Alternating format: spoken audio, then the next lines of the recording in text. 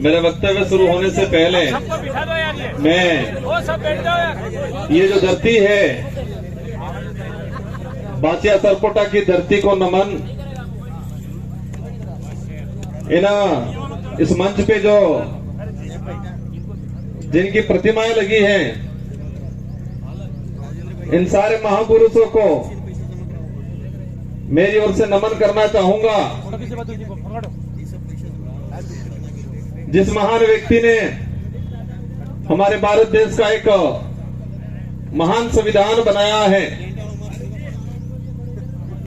विश्व का सबसे बड़ा जो लिखित संविधान बनाया है, बाबा भीमराव अंबेडकर जी को नमन। उस संविधान में आदिवासी समाज का प्रतिनिधित्व करने वाले जयपाल सिंह मुंडा जी को नमन। और इस आदिवासी इलाके के अंदर जब राजा रजवाड़ा अंग्रेजों का जो शासन चलता था, उस दौरान एक भुखमरी चलती थी। तो रॉबिनहुड पांडे के नाम से जो अमीरों को लूट के गरीबों को, जो भुखमरी से जो मर रहे थे लोग, उनको खिलाने का काम करते थे। उन रॉबिनहुड पांडे टाटा मामा को नमन करना चाहूंगा। इस पूरे इलाके में अगर भक्ति के क्षेत्र में बात करें और भक्ति के माध्यम से, शांति के माध्यम से आदिवासी समाज के अंदर जन जागृति लाके अंग्रेजों और राजा रजवाड़ों की गुलामी से बाहर लाने का काम किया, गोविंद गुरु महाराज को भी नमन करना चाहूंगा। इन्हीं क्रम में हमारे जितने जो योद्धा हैं, और हम मां बालेश्वर जी को नहीं भूल सकते, जिन्होंने इस बांसवाड़ा पूरे जिले के अंदर आदिवासी समाज हो या अन्य समाज हो, सारे समाजों को एकजुट करके यहाँ के हक अधिकार को लेके इस क्षेत्र में काम किया, उनको भी नमन करना चाहूंगा। और मैं कोशिश करूंगा कि जितने जो महापुरुषों के मैंने जो नाम लिए, उन महापुरुषों के जो विचार थे, उन विचारों को जन तक पहुंचाने के लिए उन्होंने जो संघर्ष किया, उन्हीं विचारों को आगे बढ़ाने का काम मैं और मेरी भारतीय आदिवासी पार्टी करेगी और आने वाले समय में अनवरत करती रहेगी। इन विचारों को आगे बढ़ाएंगे। साथियों, पूर्व वक्ताओं ने हर प्रकार की बात बताई, हमारे क्षेत्र की बात बताई, आदिवासी समुदाय के हक अधिकार को लेकर बात बताई। देखो बैग डायरी साथ में लेके सोचा। और ये हमारा जो देश एक लोकतांत्रिक देश है, और उस लोकतांत्रिक देश में विचारों के आधार पे जनता इन पार्टियों को मत देती है, उन नेताओं को मत देती है और विधानसभा लोकसभा में भेजती है। आज मुझे भी 84 की जनता ने दूसरी बार विधायक बनाया, और वो भी राजस्थान की 200 विधानसभा के अंदर। उस दौरान 199 विधानसभा में एक साथ चुनाव हुआ था, और उसमें परसेंटेज के मामले में सबसे अधिक मतदान 84 की जनता ने मुझे बहुमत देकर जिताया था। उससे पहले 2018 में मुझे जिताया 84 की जनता ने। और आज मेरा सौभाग्य है, डूंगरपुर बांसवाड़े की जो जनता है, उस जनता की भावना थी कि ये व्यक्ति हमारे इस क्षेत्र का आदिवासी समुदाय के हक अधिकार की बात को लेके, एससी समुदाय के हक अधिकार की बात को लेके, माइनॉरिटी समुदाय के हक अधिकार की बात को लेके, और साथ ही इस क्षेत्र के अंदर अन्य समुदाय जो मानवता में विश्वास करता है, इन सारे लोगों की जो भावना है, उनकी बात है लोकसभा में ये व्यक्ति पहुंचाएगा, ये आपने विचार किया। और आपके विचारों से हमारे पार्टी की जो सिलेक्शन प्रणाली है, इस भारत आदिवासी पार्टी में हाईकमान नहीं होता है, और इस पार्टी में हाईकमान आम जनता, आम कार्यकर्ता होती है। और आपकी भावना के अनुरूप मुझे इस लोकसभा क्षेत्र का सांसद प्रत्याशी बनाया, और मैं उम्मीद करूंगा कि जिस भावना से आपने मेरा सिलेक्शन किया है, उसी भावना से मेरा इलेक्शन भी करोगे, ये मुझे उम्मीद है आप सबसे। मैं आप सबको भरोसा भी दिलाना चाहूंगा, इस देश को आजाद कराने में इस क्षेत्र के अंदर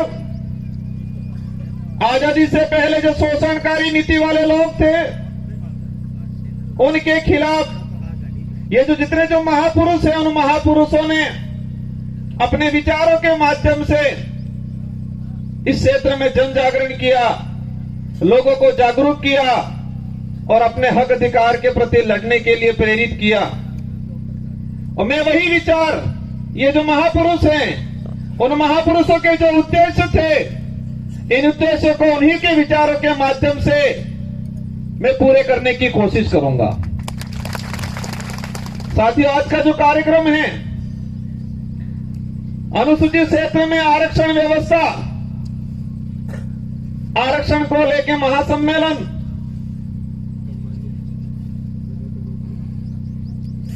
ये जो शब्द है, ये शब्द आते ही कई सवाल पैदा करता है अपने दिमाग में कि हमारा देश का संविधान लागू हुआ 1950 को, और आज 2024 हो गया, और अभी तक उस संविधान के अंदर जो प्रावधान थे, उन प्रावधानों को आज तक धरातल पे लागू नहीं किया। उस बात को लेके बांसवाड़ा, डूंगरपुर और पूरे देश का SC/ST माइनॉरिटी समुदाय संविधान को धरातल पे लागू करो, उस बात को लेके आंदोलन कर रहा है। बड़े दुख की बात है कि संविधान बना और देश पे जो लागू हुआ,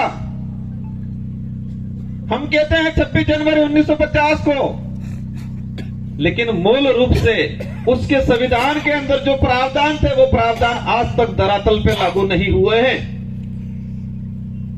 और देश के अंदर हमारे राष्ट्रीय पार्टी के लोग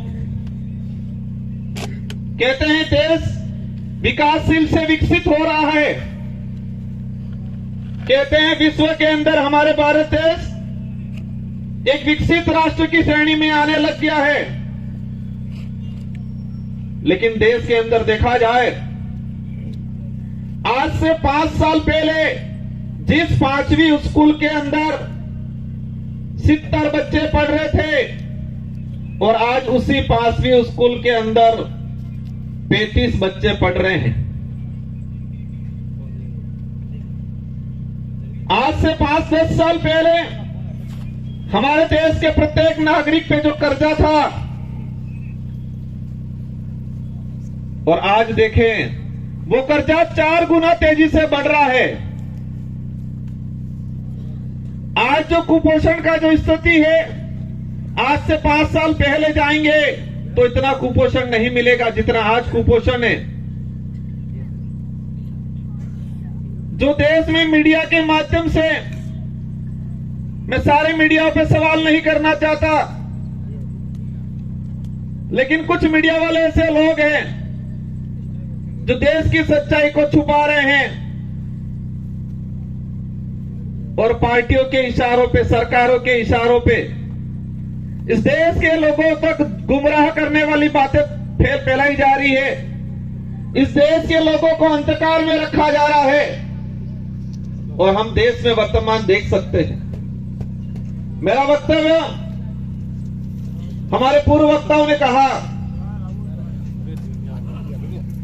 हमारे समाज के कुछ पढ़े लिखे अधिकारी कर्मचारी कहते हैं हमारे समाज के जो नेता कांग्रेस बीजेपी में दिग्गज बने हुए हैं वो कहते हैं आरक्षण पूरा मिल रहा है, कोई कहता है आरक्षण की जरूरत नहीं है,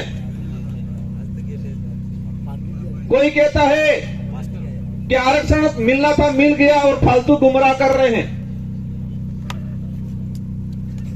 हमारे क्षेत्र की जनता विचार करती है, हम कहते हैं आरक्षण मिलना चाहिए, वो कहते हैं आरक्षण मिल गया, कोई कहता है आरक्षण पूरा मिल रहा है। और हमारे क्षेत्र की जनता कंफ्यूज रहती है कि हकीकत क्या है। हमारा पढ़ा लिखा बेरोजगार युवा वो भी कंफ्यूज रहता है कि आरक्षण क्या है। और दुख की बात यह है कि हमारे पाठ्यक्रम में बेमतलब की चीजें डाली जा रही है। अगर देश के अंदर आरक्षण को लेकर जो चल रहा है, कुछ लोग कहते हैं भ्रमित किया जा रहा है। देश के आरक्षित वर्ग को, युवाओं को अगर क्लियर करना चाहिए था तो संविधान के अंदर जो आरक्षण व्यवस्था रखी गई है उसको हमारे पाठ्यक्रम में लागू कर दिया होता तो आज हर युवा को पता होता कि मेरा रिजर्वेशन संविधान के अंदर इतना है, शेड्यूल एरिया में इतना है, नॉन शेड्यूल एरिया में इतना है। लेकिन होता क्या है, वो आरक्षित वर्ग का युवा आरक्षण को जान जाएगा, समझ जाएगा, संविधान में प्रावधान क्या है ये समझ जाएगा, तो वो सवाल खड़ा करेगा उन राष्ट्रीय पार्टियों से, उन नेताओं से जो आते हैं कहते हैं कि राम के नाम से वोट देना। कहते कि नहीं कहते? इन लोगों ने कभी ये नहीं कहा कि बेरोजगारी खत्म करेंगे, बेरोजगारी खत्म करने के नाम से वोट देना, ये बोला उन्होंने। इस क्षेत्र में शिक्षा में गिरावट हो रही है, शिक्षा के क्षेत्र में हम काम करेंगे, इसके नाम से वोट देना, ये नहीं बोला। और इस देश का दुर्भाग्य है कि इस देश में ऐसे नेता पैदा हुए हैं जो खुद के समाज का तो भला नहीं किया, लेकिन जिस पार्टी का खाया, जिस पार्टी में पद प्राप्त किए, ऊंचे ओहदे पे गए, उस पार्टी के भी नहीं हुए।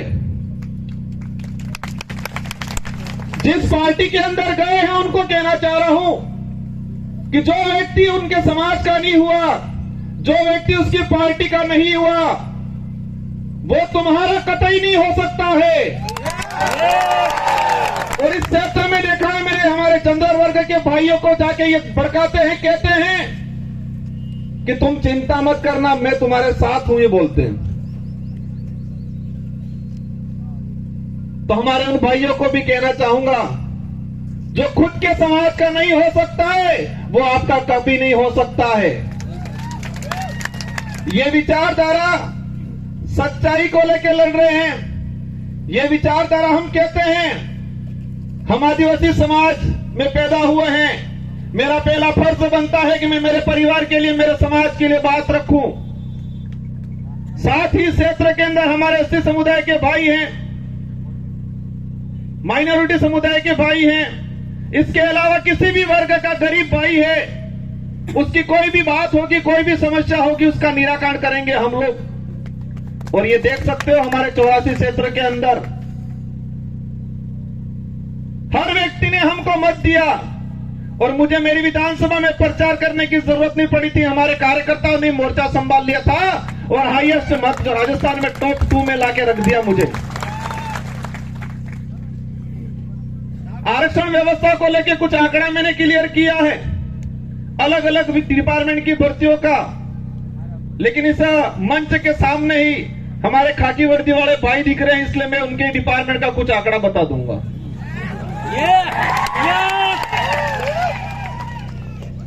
मैंने एक लेटर लिखा था 2020 में कि अनुसूचित क्षेत्र के अंदर आरक्षण व्यवस्था को लेकर 2013 के अंदर जो अधिसूचना जारी की है वो इस क्षेत्र के लिए काला कानून है, ये वर्ड यूज किया था मैंने अनुसूचित क्षेत्र के 1700 सरपंचों को पत्र लिखा था, सारे एमएलए एमपी को पत्र लिखा था, पूर्व एमएलए प्रधान को पत्र लिखा था।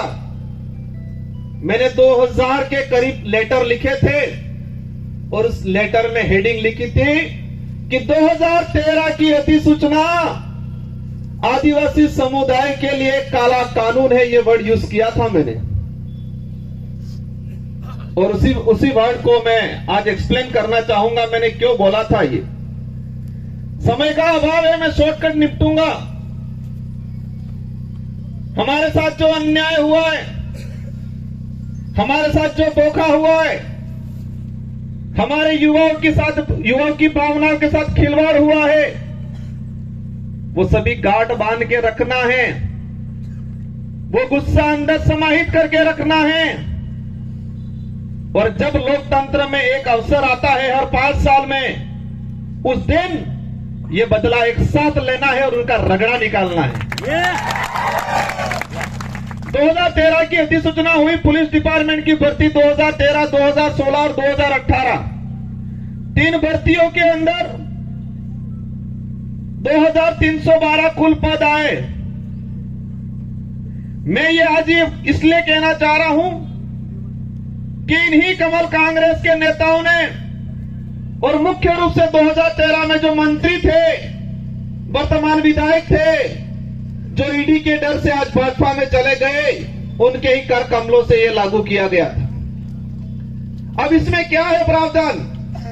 इन 3 भर्तियों की बात करें, कांस्टेबल भर्ती 2312 कुल पद आए।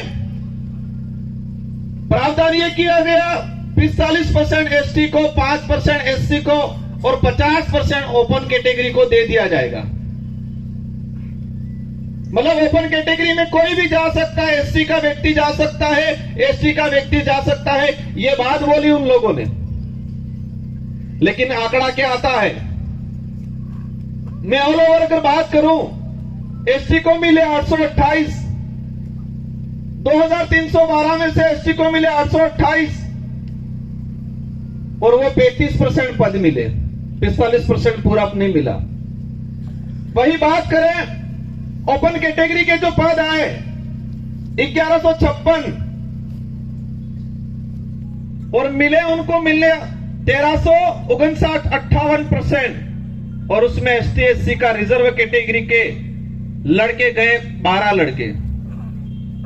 और वहीं ये सामने खड़े मैं कहना चाह रहा हूं, उनकी पदोन्नति होती है, उनके पदों की गणना अपने कैटेगरी में लेते हैं। और कुछ नेता कहते हैं, ये बात इसलिए एक्सप्लेन कर रहा हूं मैं,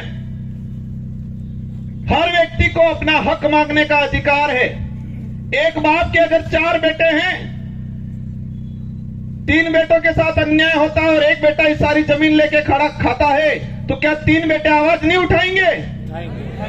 तो इस क्षेत्र में हमारा अन्य समाज का व्यक्ति रहता है, उनसे भी कोई दुश्मनी नहीं है, उनकी भी वाजिब मांग को हम रखेंगे।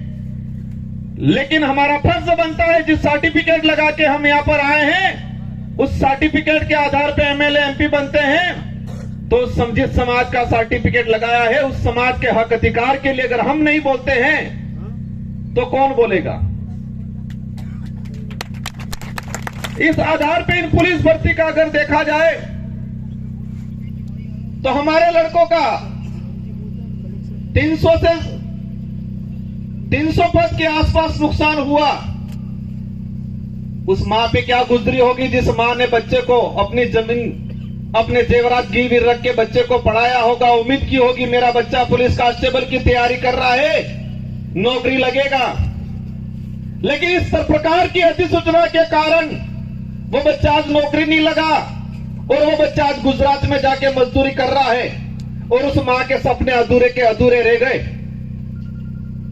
ये लड़ाई उनके लिए है, सूद समेल वसूल करेंगे।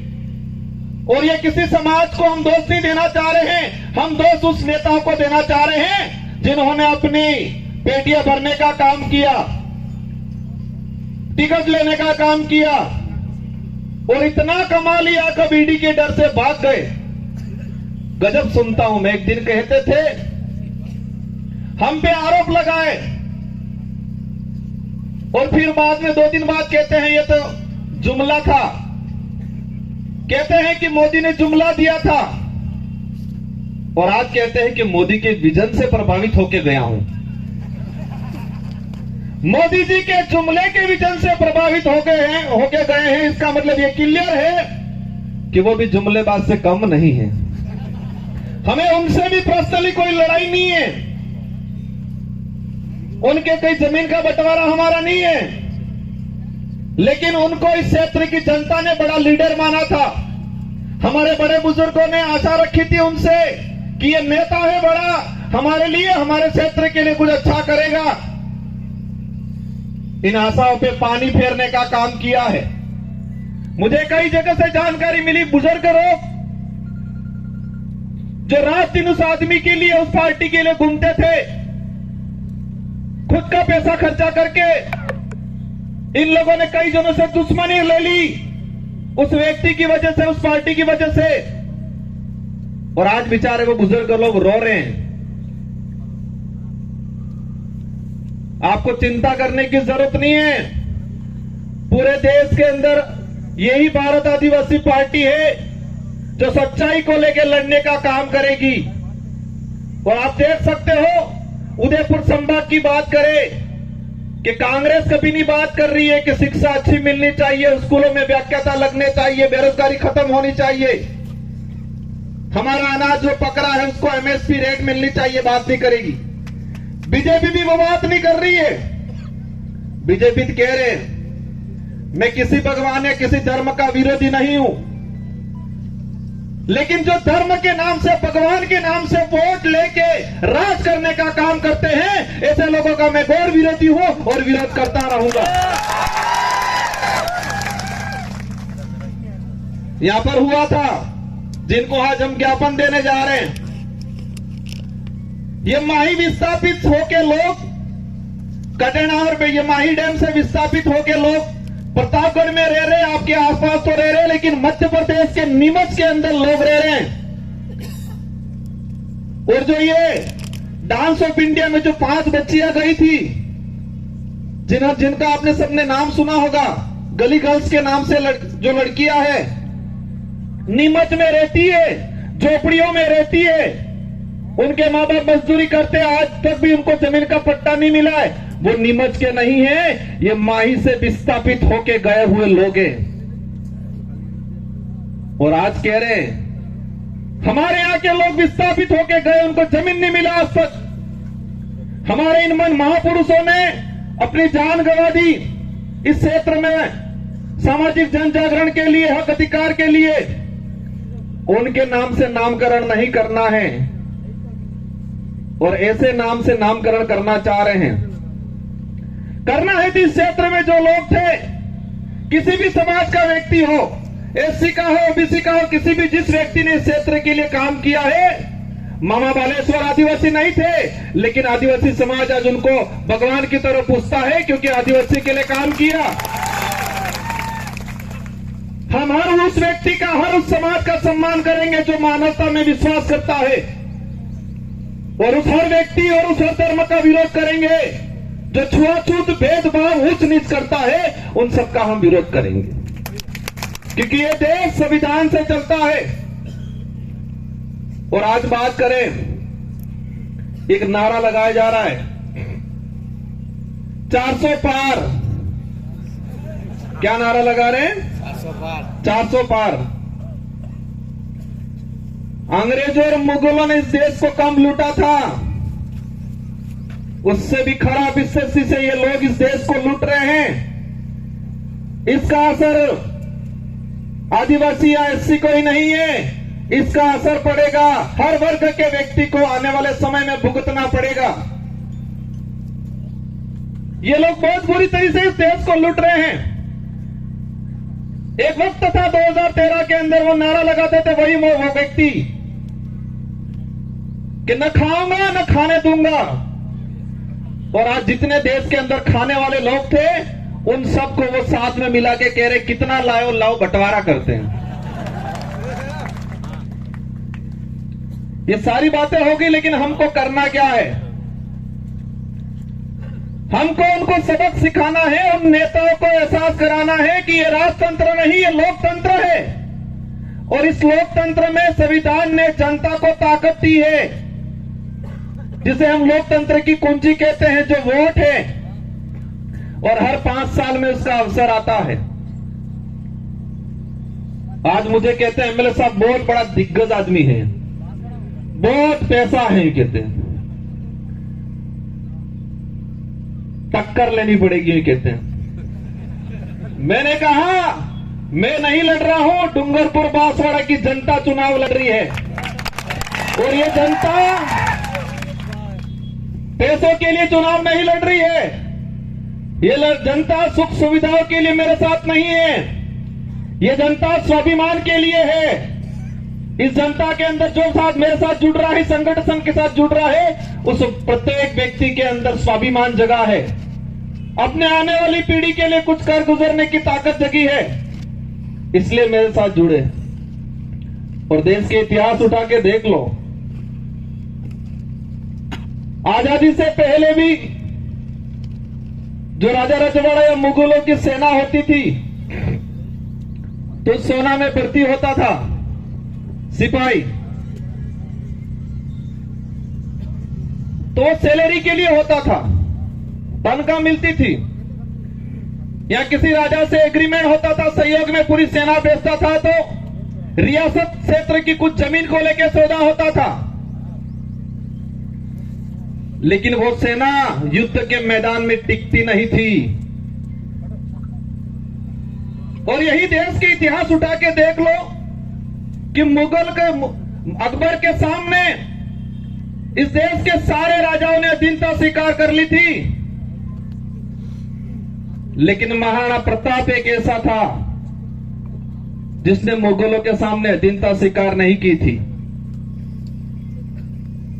देश के इतिहास में पढ़ाया जाता है, हमारे बड़े बुजुर्गों से सुनते हैं कि देश के अंदर सारे राजाओं ने अकबर की अधीनता स्वीकार कर ली, लेकिन राणा प्रताप ने अधीनता स्वीकार नहीं की, क्योंकि देश के अंदर अन्य जो राजा थे उनकी जो सेना थी वो सैलरी पे थी, तनख्वाह पे थी। देश के अंदर जो अन्य राजा थे उनके सहयोग में आई हुई सेना कुछ जमीन की लालच में आई थी मदद करने, लेकिन राणा प्रताप के साथ में जो सेना थी वो तनख्वाह वाली सेना नहीं थी, वचन वाली सेना थी, और वो भीलों की सेना थी। किसकी सेना थी? भीलों की सेना थी, पठानों की सेना थी। अगर वो तनख्वाह वाली सेना होती तो युद्ध के मैदान में टिकती नहीं। वो स्वाभिमान के लिए, अपने वचन के लिए गई थी राणा प्रताप के साथ, और इसलिए देश के अंदर महाराणा प्रताप के नाम से उनको जाना जाता है। और उनके भाई थे शक्ति सिंह और जगमाल, वो भाई भी उनके साथ में नहीं थे। इससे यह सिद्ध होता है कि महाराणा प्रताप को किसने साथ दिया। उनके परिवार के लोग भी हट गए थे, वो भी मान सिंह की गोद में जाके बैठ गए थे। उस कुल के लोग हैं ये। और मुझे पता है कि कांग्रेस और बीजेपी के बहकाव में आके उनसे पैसा लेके ये काम नहीं करेंगे। ये लोग स्वाभिमान के लिए काम करेंगे, ये वचन के लिए काम करेंगे, आने वाली पीढ़ी के लिए काम करेंगे। मेरी बात को आप समझ गए होंगे कि हमारे लोगों ने महाराणा प्रताप को वचन दिया था, तनख्वाह नहीं ली थी, फौज में हमारे लोग भर्ती नहीं हुए थे, तनख्वाह की बेसिस पे नहीं हुए थे, पूरा गांव के सिपाही लोग, जवान लोग गए थे, वो वचन दिया था। और इस लड़ाई में, इस मैदान लोकसभा क्षेत्र में मुझे उम्मीद है पैसों वाली सेना नहीं टिकेगी, वचन वाली सेना टिकेगी। क्योंकि उनके साथ जो सेना है वो पैसों वाली सेना है, तनख्वाह वाली सेना है, दहाड़ी वाली सेना है, और हमारे साथ वचन वाली सेना है, स्वाभिमान से जीने वाले लोग हैं। बातें बहुत सारी अंत मंच आएंगे, उस पे करेंगे। हमारी लड़ाई सीधी सी है कि इस क्षेत्र में संविधान के अनुरूप आरक्षण लागू हो जाए।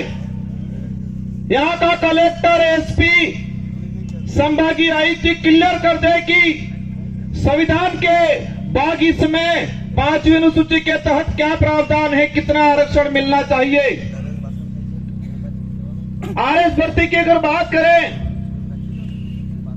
हमारी जो मांग है दूसरी, प्रशासनिक सेवा के अंदर हमारे यहां के लोगों को प्रतिनिधित्व मिलना चाहिए। हमको एक लेलूपोर्ट दे दिया, दिनेश सेवा के अंदर भर्तियां देंगे, पद देंगे, और उसमें भी मैंने देखा 3 भर्तियां 2013, 2016, 2018। अनुसूचित क्षेत्र के अंदर अधीनस्थ सेवा के 109 पद आए, एससी के लोगों को मिले 42, ओपन कैटेगरी में गए 67 और एससी समाज को मिले 0 और ओबीसी वालों को तो पता ही नहीं है कि हम है कौन, हम आते कहां है वो ही नहीं पता है उनको। और मैं कहता हूं इस क्षेत्र से अगर ओबीसी की किसी ने आवाज उठाई थी, राजकुमार रोत ने उठाई थी। हम हर व्यक्ति की बात करेंगे, लेकिन हमारा हक किसी को मारने नहीं देंगे। एससी समुदाय को 0 सीट तीनों भर्तियों में और अधीनस्थ सेवा के अंदर 67 पद आए, उसमें एसटी एससी रिजर्व कैटेगरी का एक लड़का नहीं गया। हमारे साथ 13 से 14 अधीनस्थ सेवा के आरएस अधिकारियों के पद मारे गए। इसका गुनहगार कौन? जो ईडी के डर से भाजपा में गए वो है। ये लड़ाई बेरोजगारों की लड़ाई है। ये लड़ाई हमारे क्षेत्र में शिक्षा के क्षेत्र में क्रांति लाने की लड़ाई है। हम सबको लड़ना है। ये चुनाव जीतने तक का उद्देश्य नहीं है, नारे लगाने या पार्टी का नाम लेने तक का उद्देश्य नहीं है। देश की करने वाले हैं और हम सबको मिलके, और ये पार्टी कोई क्षेत्रीय पार्टी या इस डूंगरपुर, बांसवाड़ा, उदयपुर तक सीमित रहने वाली नहीं है। ये पार्टी अरब सागर से लगा के बंगाल की खाड़ी तक जितने जो स्टेट पड़ रहे हैं, और हमारे साथ हर वर्ग का व्यक्ति जुड़ रहा है। हम सच्चाई की लड़ाई लड़ रहे हैं। आने वाले समय में मुझे उम्मीद है, मेरी एक बात पे आप गौर करोगे कि युद्ध के मैदान में सैलरी वाली जो तनख्वाह वाली सेना नहीं टिकती है, युद्ध के मैदान में वचन वाली और स्वाभिमान वाली सेना टिकती है, और वही सेना मेरे साथ है। मुझे पता है हमारे लोग गरीब है, कमजोर है हमारा कार्यकर्ता, लेकिन मुझे यह भी पता है कि उस व्यक्ति के अंदर जमीर जिंदा है, उसका स्वाभिमान नहीं मरा है। वो व्यक्ति डट के मुकाबला करेगा और पूरे भारत की रोमांचक सीट यह होगी। और मुझे दुख भी है, मेरे 84 के कार्यकर्ताओं का दुख है, मेरा भी दुख है कि 84 की जनता ने शानदार बैंडेड दिया था मुझे। मेरी भी इच्छा थी मैं 84 के अंदर ही रहूं, मेरे कार्यकर्ताओं की भी इच्छा थी 84 के अंदर रहूं, लेकिन बांसवाड़ा वाले ही नहीं माने।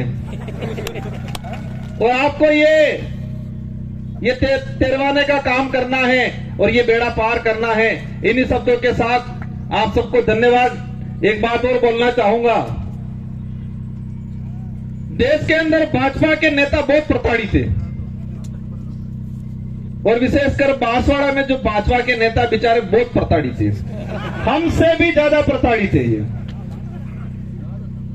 बचपन में बच्चा रोता था, मां कहती थी भूत आ जाएगा सो जाइयो। और यह भाजपा के नेता इतने प्रताड़ित है, हल्का सा बेचारा कुछ करता है, कहते हैं ईडी आ जाएगी चुप हो जा।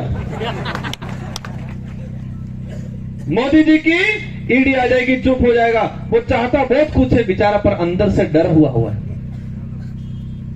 उनको भी कहना चाहूंगा, आप चिंता मत करो, आपके विचारों को यहां रखने का अवसर मिलेगा। इस संगठन के साथ जुड़ो और इस क्षेत्र की जनता के लिए, युवाओं के लिए, हक अधिकार के लिए आगे बढ़ो। हम आपको साथ में लेकर चलने का काम करेंगे। इन्हीं शब्दों के साथ आप सबको धन्यवाद, आभार। जय जवाहर, जय भारत, जय संविधान।